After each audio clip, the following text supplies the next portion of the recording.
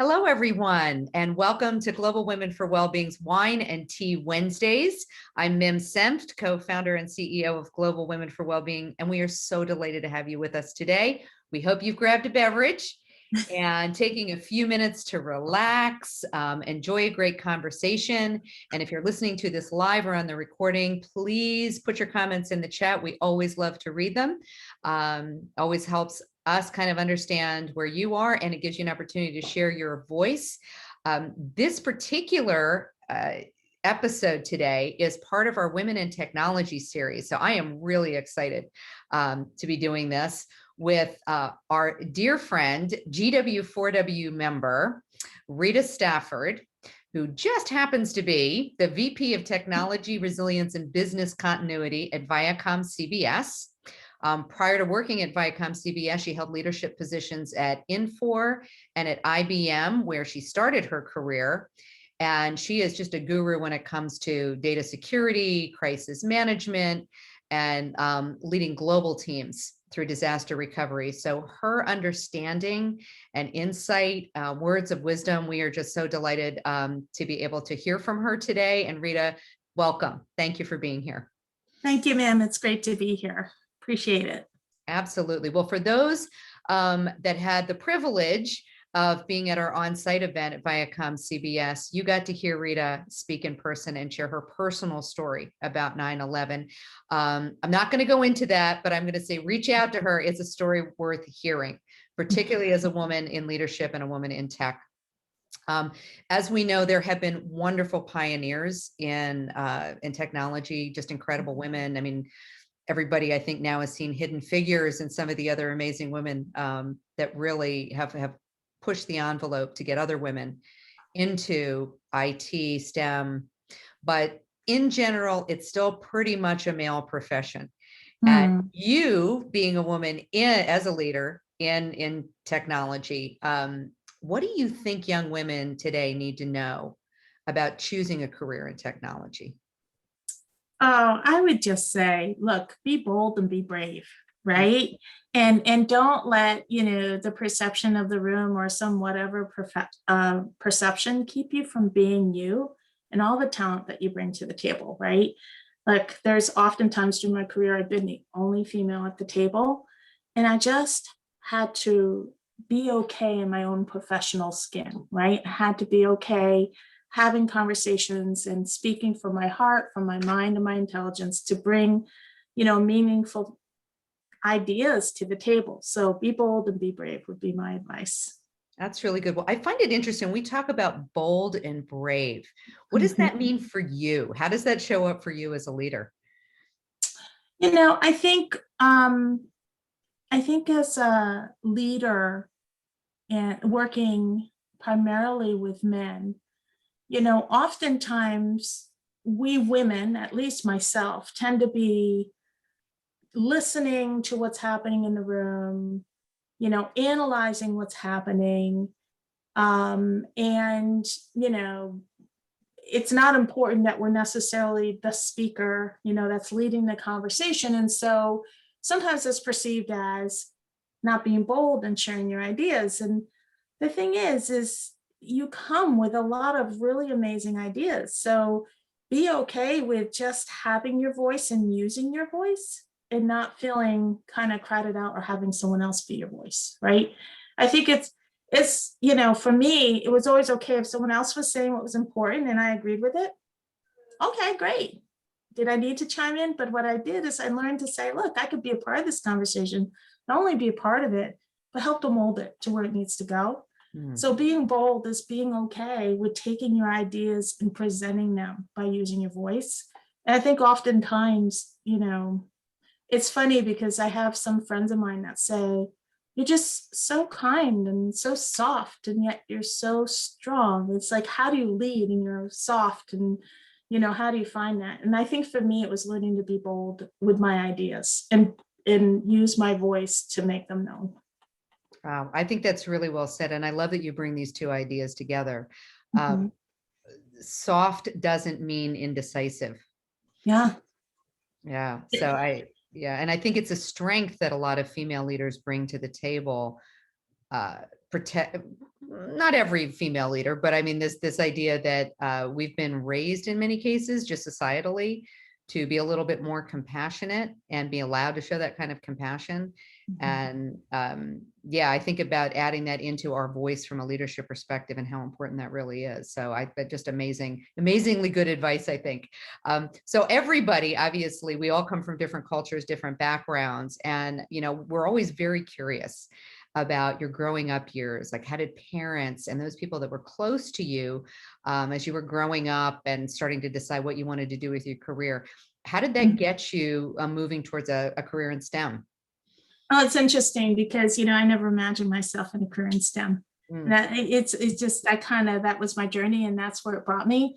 But I'll tell you how it influenced me. So both my parents were immigrants. My father from the Philippines, my mother from the Netherlands, both after World War II. And being a child of immigrant parents, first native born American, the mash of cultures, we were like a melting pot within our own family, but they taught us that you work hard and you can achieve anything, right? And nothing's impossible. And I think those were two very important things that were embedded in me, that kind of tenacity to survive and to build something from nothing. Because when they started here in this country, they had nothing. They had the clothing they brought, and that was it. And they had to start from nothing and build something. And so from a very young age, I worked, from age 10, which I know isn't allowed now. But I mean, I planted seed in the field to contribute to the family food and to buy school clothes. And so for me, now apply that to technology, this ever-changing, morphing world. And how do you take something and create it from nothing into something really amazing, and not being afraid to work hard at it, even when it was really hard to understand. So I started, in computer programming, and that I started at one of the toughest colleges. As a matter of fact, when I started at Rutgers, I remember the interview, they were like, you don't really have the right educational background for this program. I give you 3 months. Wow. And so they actually didn't expect me to stay. Well, that's all it took. This immigrant tenacity came in, and I was going to make it through that program if it killed me. I almost did. But in all seriousness, I finished, and I got a job right out of college working for IBM writing code. And I got to be a part of a team that created the first software to allow you to use your credit card to pay for your groceries, which back then that was pretty cool.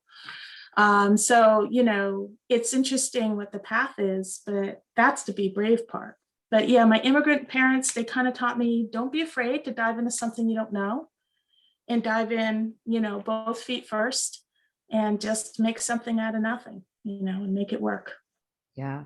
Yeah, it's that belief. And I think it's that core, but I love that you bring up that fight, right? That comes out sometimes.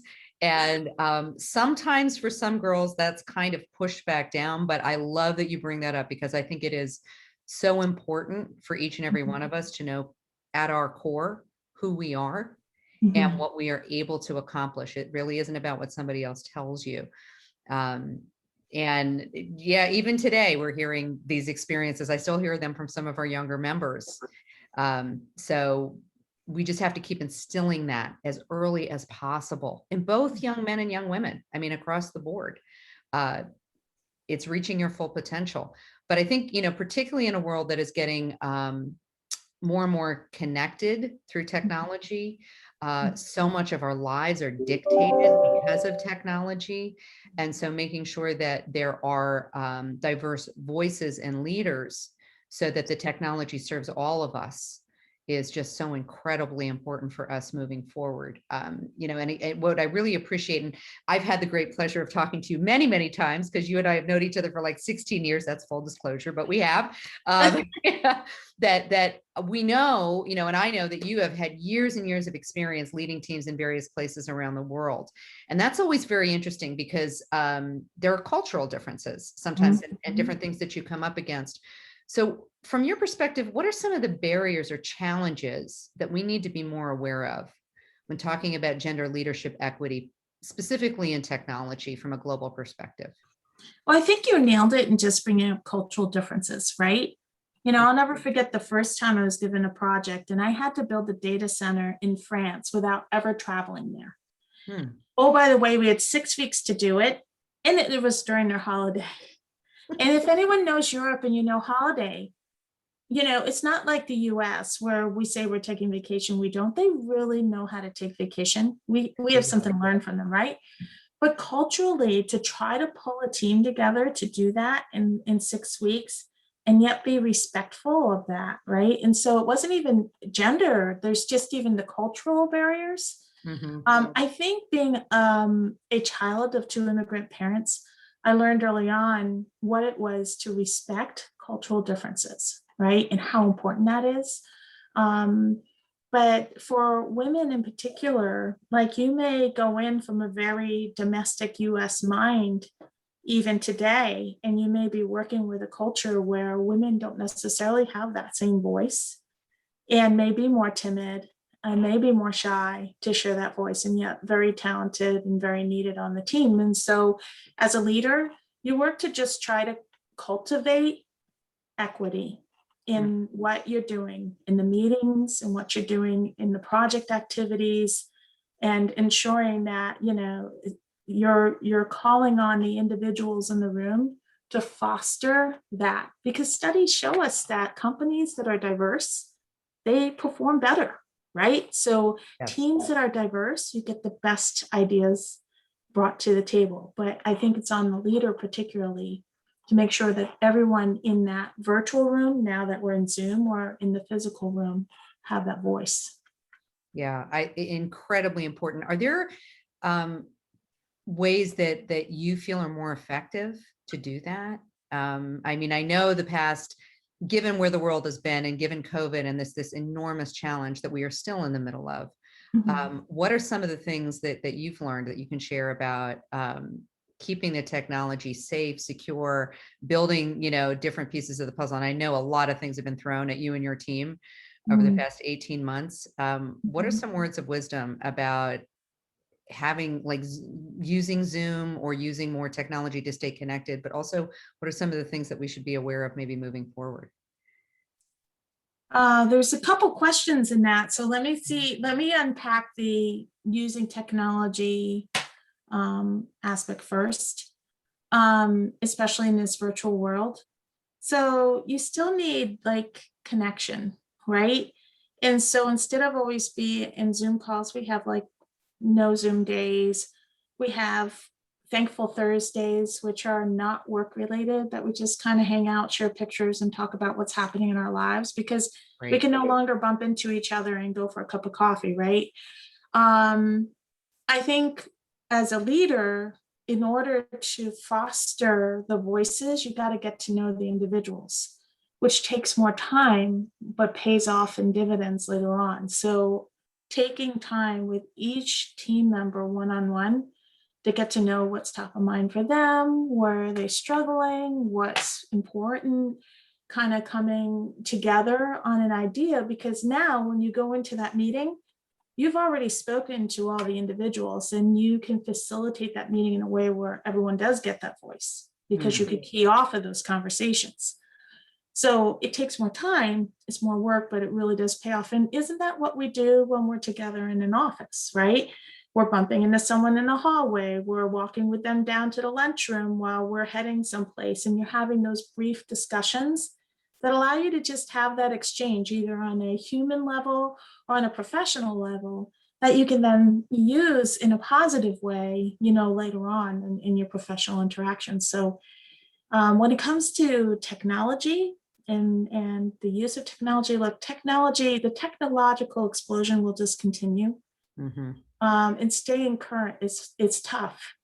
And so I encourage everyone that's involved in technology to take the time to learn, and invest in yourself. I just had that conversation with my team today. I said, so Fridays, we have summer Fridays, but when you're not taking summer Friday, it should be an invest in yourself Friday. What are you doing professionally to build yourself and learn and to grow, and so let's block that time and let's use it. I think it's important because this world is changing faster and faster and faster. Technology was supposed to give us more time, but somehow we have less because we filled our time. So there is also that email and technology fatigue. Yeah. So disconnecting the devices. And, I'm not always good about this. So I admit that. Well, when I do, I feel so much more refreshed. So take the time to disconnect, not answer the text. If it's an emergency, your family knows how to reach you and call. Yeah, Yeah. absolutely. You've obviously led multiple teams, and I think one of the things that would be great if you can share a little bit about how you cultivate women on your team. And I know you're part of the Women in Technology group at ViacomCBS. So are there specific things that you can share that you've seen be very successful? Yeah, so I was part of Women in Tech on the CBS side before we merged, with just reimagining the Women in Tech coming forward as a newly merged team. For women especially, I think it's about community. Like, we're very communal creatures, having a network of people you can bounce ideas off of, that you feel safe with, having those safe spaces. And so women in tech and fostering not only that professional development, but building that network of trust where you can have real conversations. That's one area that we're looking to really foster in the new reimagined Women for Tech. And then also at Viacom CBS, we have a really great mentoring program where you can sign up to be a mentor or mentee. And this is the first time I've formally asked for a mentor. And it's been fantastic. It's been fantastic. I'm so grateful for it. And I'm also a mentor. And so, and there's a tool set that allows us to set our goals and have real conversations, again, in a very safe space. So I think that's also important to foster women in technology. And then I've also been a part of hosting conferences. So a couple of years back, we hosted at Columbia University a Women in Information Security conference and brought in female CISOs from several different large companies, and then had a recruiting event. And I think it's just really important to, wherever we can, foster the growth of women from, pre-career, college and career, all the way through in their growth. Because I didn't have that when I started in my career at IBM. I didn't have a mentor. I didn't have anyone that kind of coached me on how to communicate, how to present my ideas. I had to kind of figure it out. And I think nowadays there's so much out there. It should never be, that anyone's left alone to try to figure that out. Yeah, no, I think that's great. I love that you shared that you asked for a mentor. I don't think that everybody thinks about that as you move up the ladder. There's just an assumption that it's needed for people just starting out. But I think and I've heard this from other leaders, with the way the world is changing, having different mentors at different times in your life can be key, really key to success, and particularly in the profession that you're most interested in. But I think it also is valuable if you're, there are many people that decide to change professions completely and take all those skill sets. So yeah, a huge piece of advice for everybody out there, including myself. I've used a business coach. Through our GW4W network, there's a lot of unofficial mentoring and support that goes on. And so I couldn't agree more that it's finding your tribe. And very, I love that. Yeah. Love that. And you also brought up safety, which I think, particularly if you're in a profession where you're the true minority, having a space where you can be honest.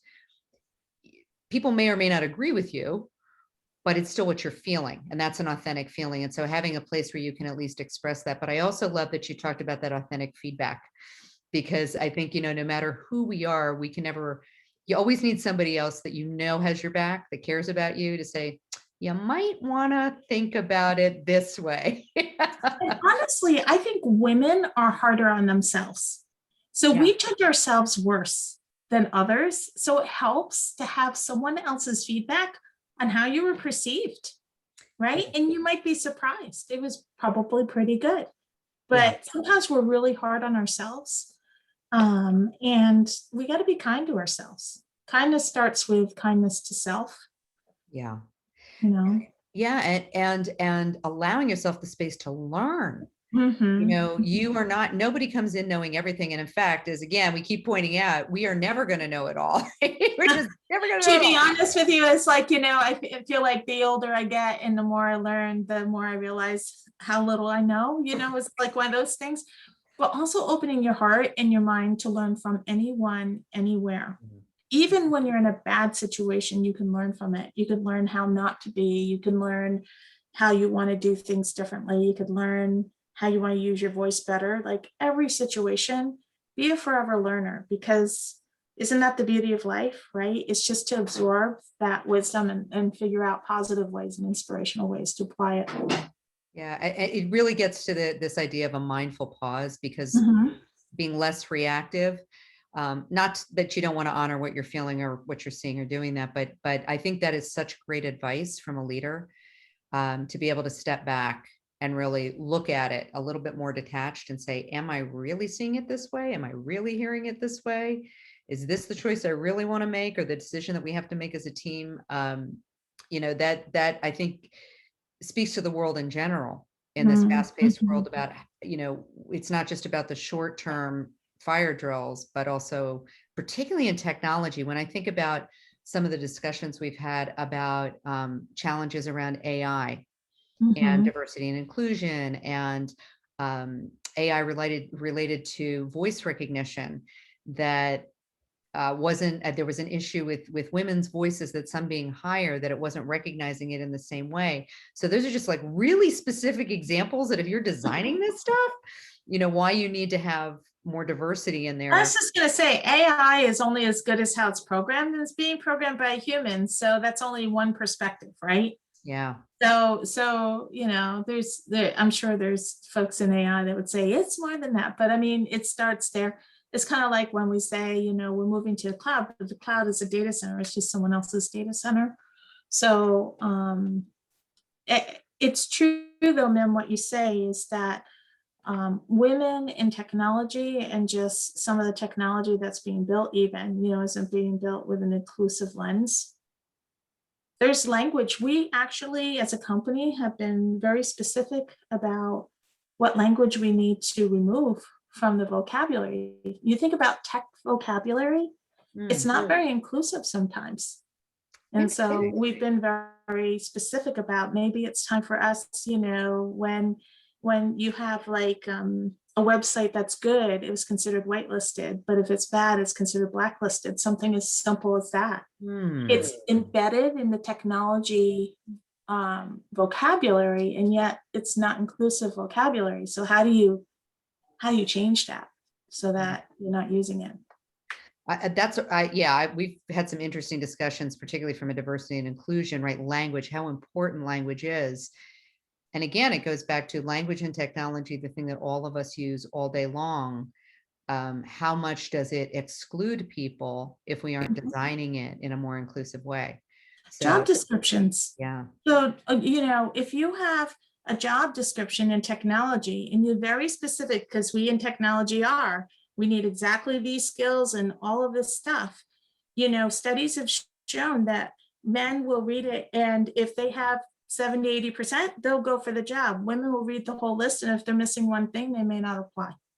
Yeah. So we've actually had to be mindful about how we write our job descriptions to be inclusive, so that we can bring in a diverse set of candidates. So that's interesting. Just that particular, this has come up. I've heard this multiple times now, and so I'm curious, because you guys are actually trying to solve for this. Mhm. Is in the job description doing this, because this is a very gendered thing, particularly when we're trying to get women into leadership. Are you saying interested in, like, we need you to have these skills, but these are the ones that, even if you don't have experience, are you explicit about that? Or is it you're still I in the think it's process of thinking? generalizing the skills as opposed to specifying the skills, Got it. so that you're still attracting candidates that would qualify for the job, Mhm. but you're not being so specific in the technology that they kind of write themselves off, right? Got And it. so you're attracting more diversity in how you're rating the description. So it's generalizing the skill sets, as opposed to very specifically, you have to know this level of SQL, database, or you need to know, Java, whatever the version number is. Instead, it's, I've been involved in web development and design. Right. So it's what is the skill set you're looking for and not the specific products. Because in technology, you could be, and look, sometimes you do look for those products, Right. but you kind of pull that out in the interview and you decide, does this person have the experience to either grow into that position or come in with that experience at hand? Well, and that even bleeds over then into HR technology, because you think about how when you're uploading your own resume, what that algorithm in that system that weeds out, right, to find the, so they're right. So there's another example of why you need diverse people looking at the very technology that is weeding out those resumes, because it kind of is both sides of the coin. And also, different individuals will present their resume in very different ways. So is that really a valid screening tool? Don't know. Good question. That's a great question. That's probably worth a whole nother tech discussion just around that piece of it. So just really wonderful words of wisdom. Obviously, we want to see more women move into STEM positions and leadership positions. They should be part of the next generation of leaders in technology. So what types of resources do you think are most needed to help them prepare to be future leaders? What specific educational pieces of the puzzle should they be looking at? Are there specific leadership skills training that you think would be beneficial, just based on what you've seen in the teams that you lead? Yeah, that's a loaded question, because I kind of grew into leadership, but I'll tell you, one of the courses that I really took as a leader that helped me was actually, it was based on doing a Myers-Briggs study, right? And just understanding personality styles and how different personality styles need to receive information different ways. It kind of goes to when I was working on my master's in education, learning styles, same thing, right? That we as individual people, our personalities require, we tend to migrate toward the information and how we need to receive it. So, best example, how much time do I have? Best example was we had this exercise where there was a person that was completely different personality style as me, and we had to describe Play-Doh. And we went off and we built a chart on this jar of Play-Doh. And this person that forever, I just didn't understand at work. I felt like he wasn't very cooperative and didn't want to ever work on any projects and wasn't willing to roll up his sleeves and work and do whatever. He described the Play-Doh. It was 3.2 ounces. It was non-toxic. It was to color blue, and all the facts that were on the Play-Doh. What did my chart say? It's squishy. It's fun. It's safe for kids. It was all like the fun, touchy-feely stuff.